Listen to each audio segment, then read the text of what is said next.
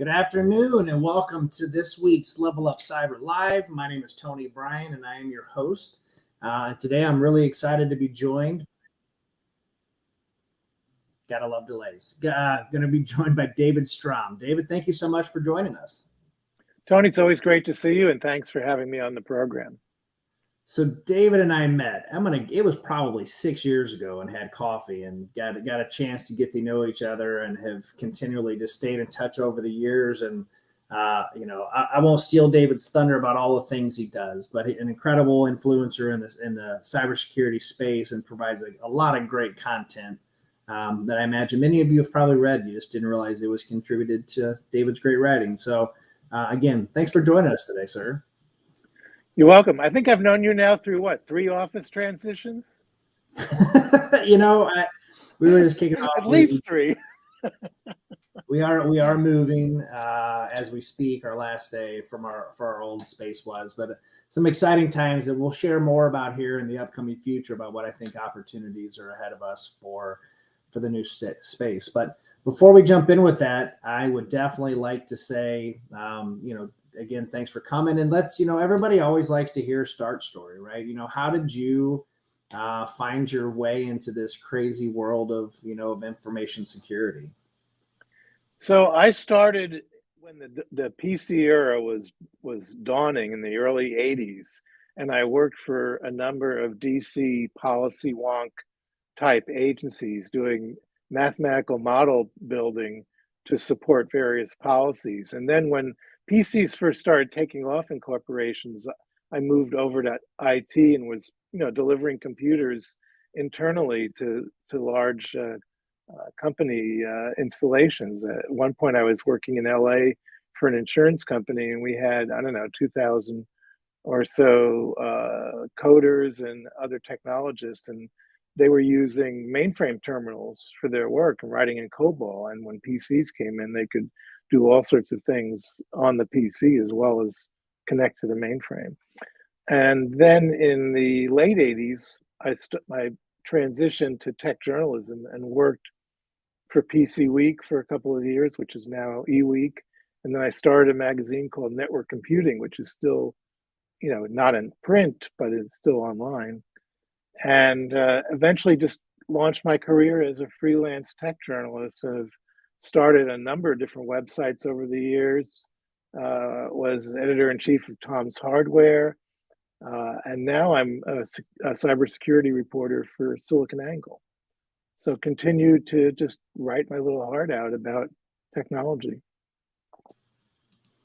Before we jump into the chatbot stuff, what are you seeing kind of industry wide? I don't want to ask you what are the trends, because that's a really large question. We don't have enough time to cover all those things. But what are some of the things you've enjoyed writing about over the last, we'll say couple months, that have kind of bubbled up to the top in trends?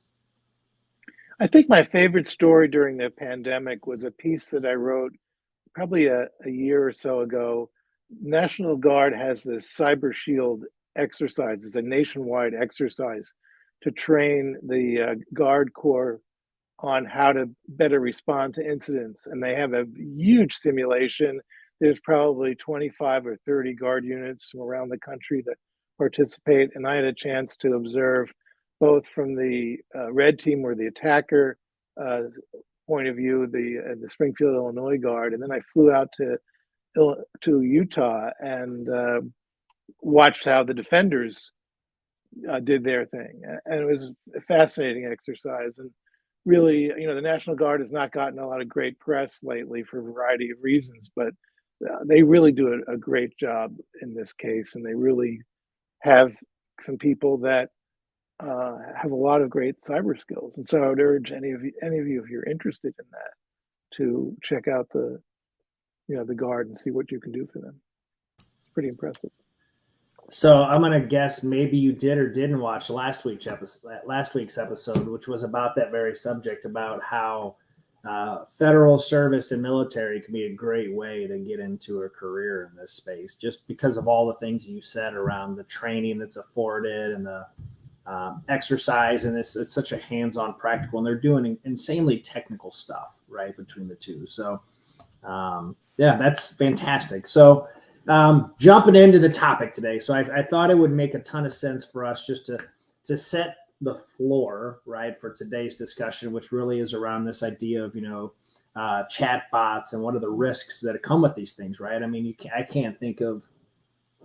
can't scroll through LinkedIn or scroll through my news feed without hearing something about Chat GPT or AI and all this great stuff, which is exciting because I've really have enjoyed using Chat GPT for some of the ease of functions of things that it's doing, but I know it's also given a lot of anxiety and kind of stressed a lot of folks about what that looks like going forward. So um, I don't think it's all bad by any means, but chatbots is a whole subject in itself. But so let's set the stage, in terms of and define chatbots. I want to, set the stage for you and let you describe that for me.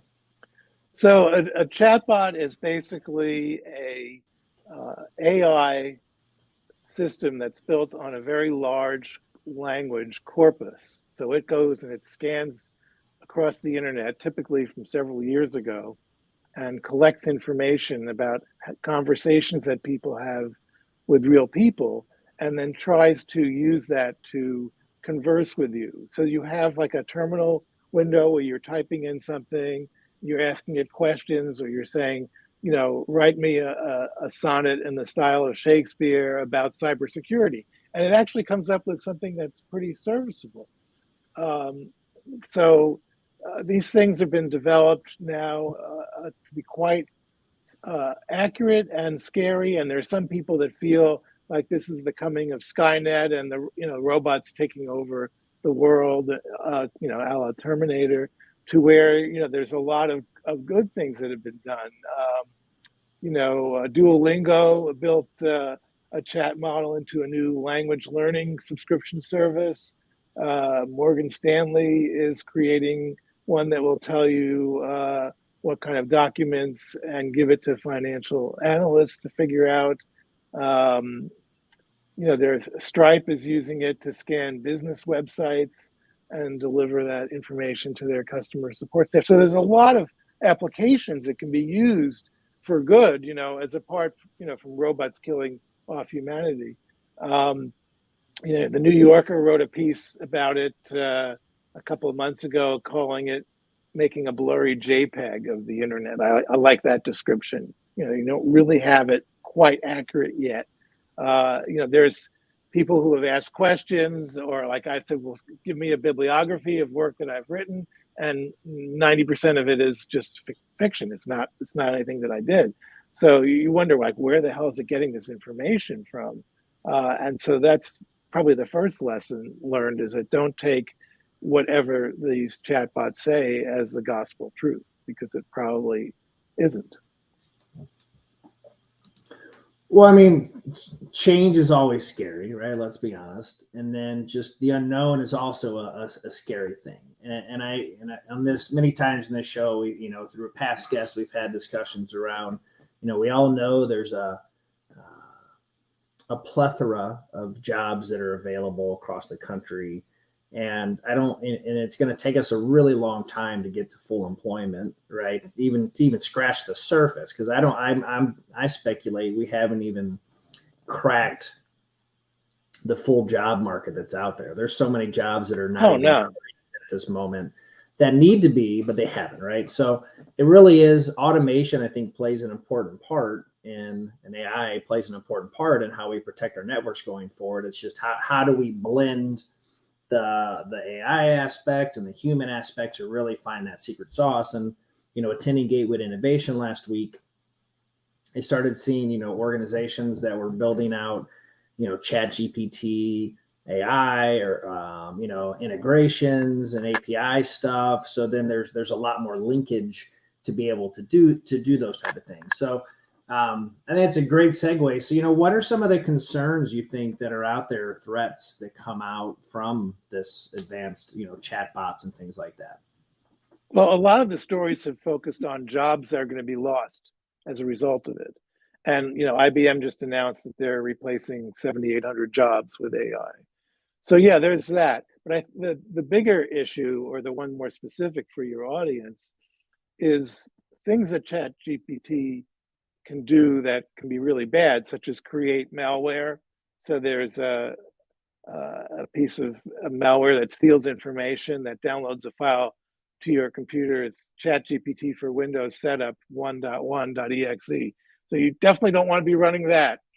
You can run ChatGPT just from a browser window and just don't download anything to your computer.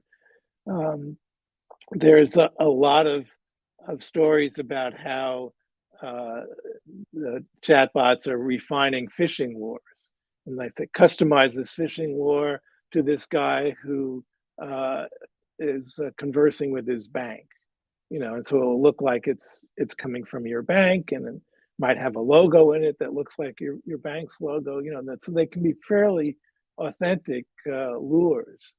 There are other kinds of malware that trade on deep fake audio and videos. So you can have, a fake audio of somebody in your family that's calling you that's in distress. They've just been mugged or whatever. Please send me money immediately, or I'm in the hospital. Come visit me. Crazy stuff like that is certainly out there. So I think if you're interested in this, you need to learn what it does. Like you say, you using it all the time, experiment with it.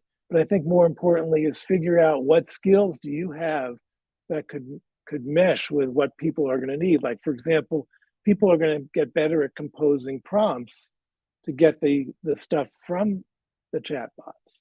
So that's going to become a real job. How do you do that? If I'm writing code, how do I tell it what kind of code I want to write? Do I want this Python or this JavaScript stuff in there?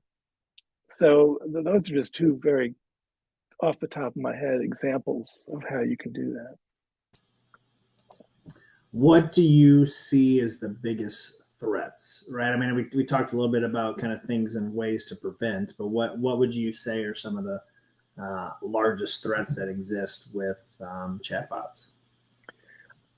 I think if you are uploading private data to it, like there was an example of some Samsung people that were taking their customer data and uploading it to the bot to analyze. You don't want to be doing that. No private data whatsoever goes to the cloud. And so don't get tricked into doing that.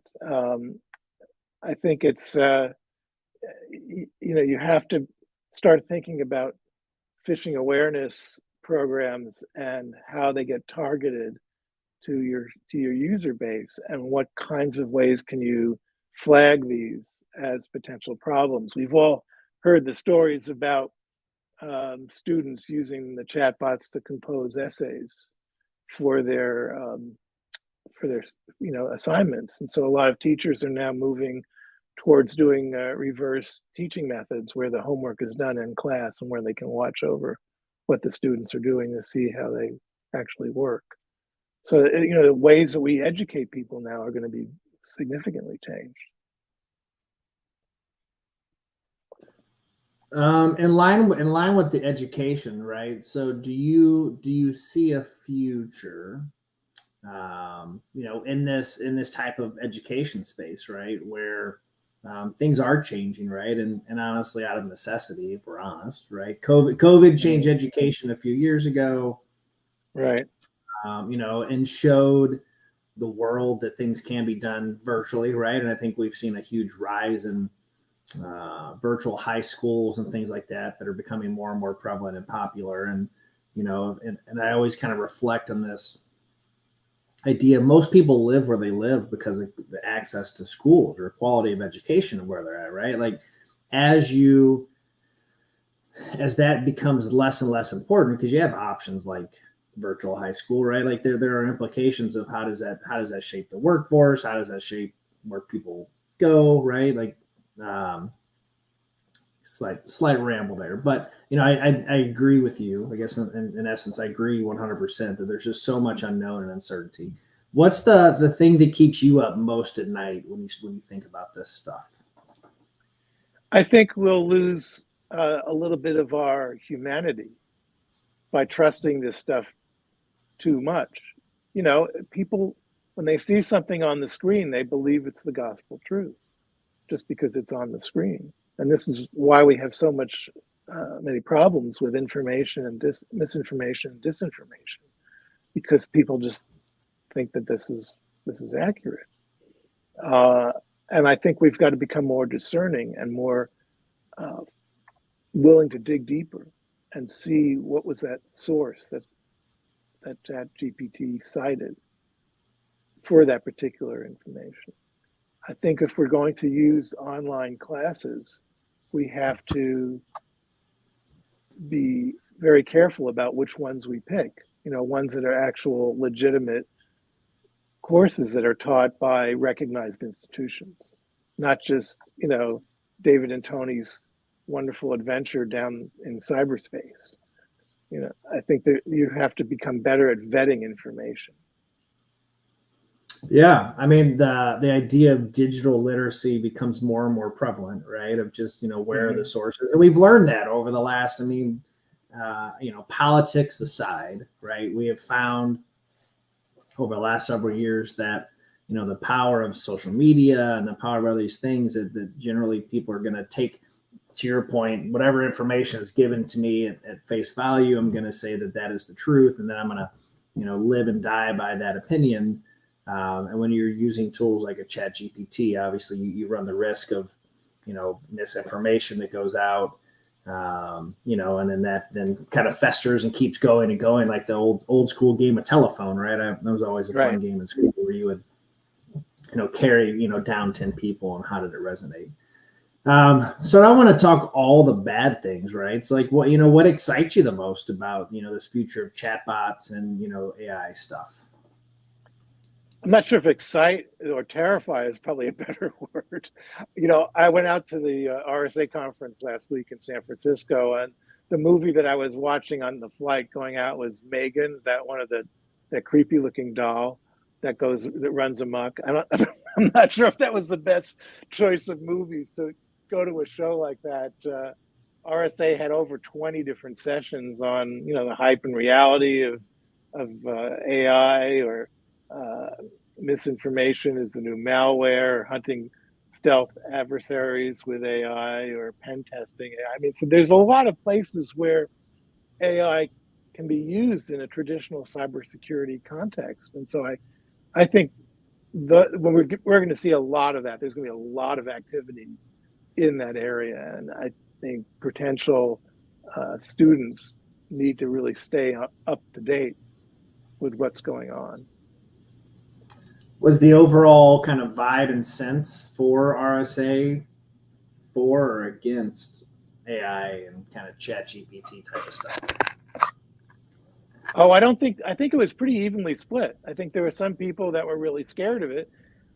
When you would go to the conference, you would think, is this about cybersecurity or is this about AI and machine learning? Because almost every vendor had a story to tell, or they were promoting what their product could do, and in that context, it was almost like cybersecurity wasn't even mentioned, which was kind of amusing. Wow, that's kind of crazy to think. I mean, especially a conference like RSA to have that level. I mean, I guess it does speak volumes to just the idea of the unknown for all this stuff, right? I know for me, my concerns come in around. You just mentioned it around the IBM stuff, right? What impact does it actually have on the workforce and the labor market for companies, and what roles or functions within an InfoSec team for a corporation has the biggest risk of being automated out, right? I think, pen testing is one for me that I think there are ways and programs and code in which you could do some of that online pen testing pretty quickly without the need of, ones and twos or SQL injections into websites to see how it goes. So, right. But here's an example of pen testing. Automating pen testing is great, but what if, as part of your automation, you let the software make changes based on what it finds without any human intervention? So all of a sudden, 1,000 endpoint computers have been modified based on some AI. That scares me a lot. Yeah, I mean, it's a good point. I mean, it's, do you take what it does and just automatically facilitate a change organization wide, right? Like for a small No. organization, probably not a major implication, but you talk a Fortune 100 company and the amount of uh, endpoints and users they have in there, obviously that's going to play a pretty big role, if you will. Like it would have a lot more risk associated with it. And I always just think of the volume of complexity, right? Like for something as simple as a Windows update to do that, Right. Fortune 100 wide has a pretty big scope and magnitude. Um, So I think what's there are two use cases. Excuse me, let me just finish your thought. They're good. There are two Absolutely, jump in. there's two use cases that we're talking about here. One is the conversational dialogue that we have with the AI tools, like you and I have done in our browsers. Those are fairly harmless because we have to do something once we get that output from the chatbot. Are we going to cut and paste it into some code or our blogs or send a memo to our manager or whatever? So there's a human interaction there as a filter that's very important. But once we move to more advanced use cases where we're using an API interface and we're having it interact with software over that interface, well, then there's no human filter or governor there, and that's where danger lies ahead. Well, I mean, I know there was a imminent fear of the cloud, right? I think when the cloud computing came up, and there was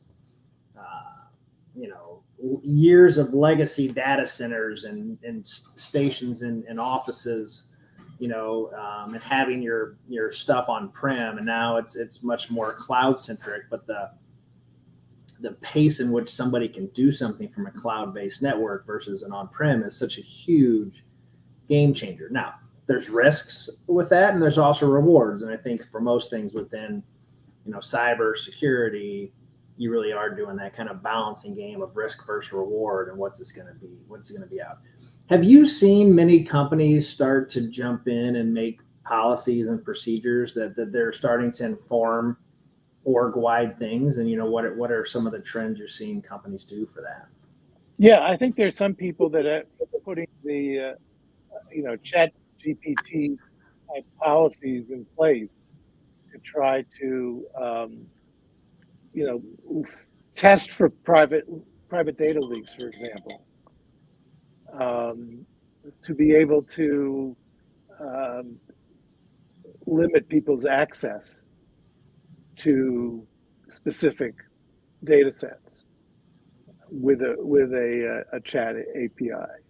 I think if you've not yet invested in cloud access security brokers, which is a tool that Gartner is kind of shying away from categorizing anymore, but some kind of cloud security protocol, you definitely need to be doing that.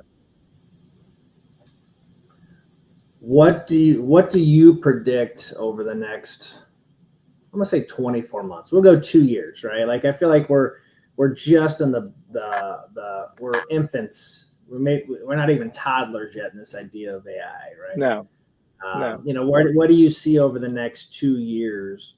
Where this kind of evolves to. I feel like cloud went really fast, right? Like it popped and it went, and then it became a Well, race. But I don't know about that. I mean, I think over 5 years, we've seen the evolution of cloud computing. And I think we're even seeing some backpedaling now. There's some companies that are moving things back into their data centers, or what constitutes a data center now that they shipped all that gear off to the dumpsters. I think that we're just at the very, very beginning for these GPT, large language model kinds of things. And I think that the astounding thing is going to be the rate of innovation is going to be phenomenal. Like it's going to make the cloud look like mainframes were 50 years ago. we all like the word innovation, right? It's very catchy and buzzy. But Yeah. with innovation comes risks and concerns and other things. So it's all I don't know. It's all very exciting opportunities. I mean, I've dabbled just enough around social media post and and tightening up some language and stuff that I've written, but I've not gotten like technical to the point of asking it to create some code or do anything like that. It's been more play around with it and try it out. And I'm sure that there are a lot more folks that are out there. I think one of funnier ones I heard is somebody had asked it to write and perform songs as different people. And it's just Right. good fun. Right. Nothing too crazy, but I mean, I'm sure that that's the good side of this thing, and there's a lot of bad side. What do you see as the largest risk outside of the unknown, right, that we're going to experience over the next 2 to 3 years with this? I think the deep fake audio is a really big risk because all you need right now is 3 seconds of somebody's recorded voice. Like they could take 3 seconds from this, web blog, and if either of us, and create an entire interactive deep fake dialogue where I could, my fake would call you up and say, Tony, I lost my wallet and I'm outside your office. Can you come down and help me look for it? And you think nothing of it. You'll hang up the phone, you'll go out to the street, and there'll be some crook there wanting to do something to you. Just as a simple example. And it doesn't take a very fancy computer with a lot of CPU overhead to pull this off. You and I could do this with the desktop or laptop models that we have now. I mean, that's very scary. Well, I mean, Microsoft made a pretty substantial investment into this, right? Over not too long ago. Do you see that investments of companies like Microsoft's of the world help mitigate some of those things and ensure that it's being crafted in a good way, or do you think it is what it is, and we're going to have to figure out the best ways to deal with it?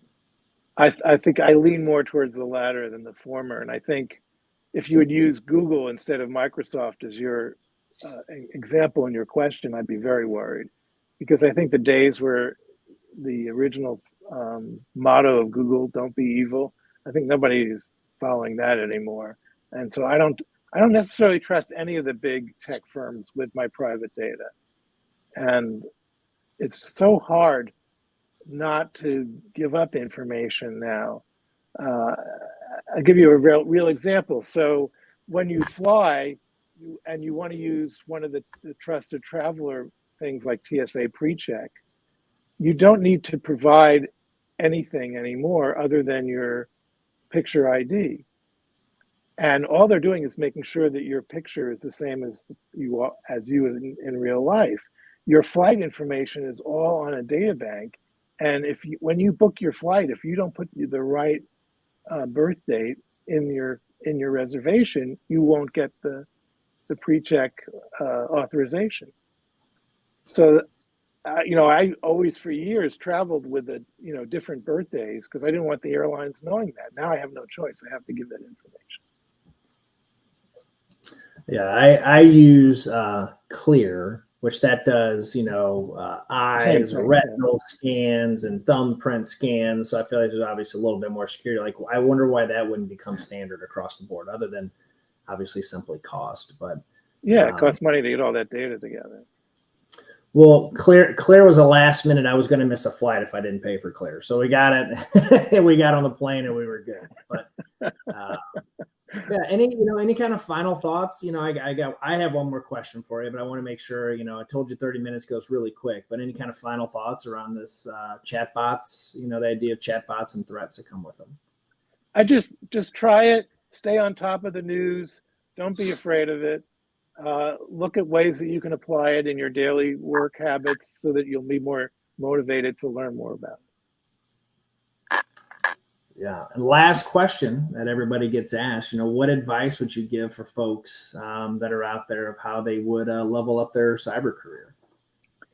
I think it's important to focus on some aspect of cybersecurity and take a class or spend some dedicated time each week to learning something new. Whether it's learning a particular piece of software or learning how to evaluate different cyber research tools, or understanding how to use GitHub effectively. Just there's so many topics. Just deepen your knowledge somewhere and see if that kindles or rekindles an interest in the field. That's some solid advice in the first time it's been out there, right? I like that idea. Pick a skill, learn it, and focus on it for a week, right? And get into it. I think there's so many people jumping into this that have a preconceived notion, right, of what we've been told this looks like, and shows like Mr. Robot, and the hacking movies that are out there where you bebop boop and it takes you 3 seconds and you find the bad guy, and we all know that that's not necessarily the reality. Yeah, that's ridiculous. Yeah. A lot more tools and resources. So, that's great advice to jump in and find the tool you fit. But I appreciate you joining us today. It's such a relevant and hot topic right now, this idea of, just AI as a whole. And it's exciting. It's again, frightening. I don't want to be Will Smith and iRobot, but that was a great movie, by the way. Yeah. So, for those that are listening, I'd love, thanks as always for joining in. Make sure you join us next week. I'm excited to have guest Matt Peterson. He's with GuidePoint. We're going to talk about why is it so hard to break into cyber, right? And I think some of it's just what we're touching on here. There's so much trending technology and tools and search, right? I imagine somebody's going to jump in and make an AI certification here with the cybersecurity spend, because there's a market for it. So, don't be afraid of it. Embrace it. Take David's advice of taking a skill each week. But as always, I appreciate everybody tuning in. Hopefully you guys are enjoying it. If you have ideas for shows or want to join us as a guest, or something you want us to cover, hit me up on LinkedIn. Send me a note. Would love to get your thoughts and opinions. But we've got a good slate of guests for the rest of the year, and look forward to sharing them with you. So until next time, I hope everybody has a great week. David, thank you again so much for joining us. You're welcome. Take care, everyone. Thank you.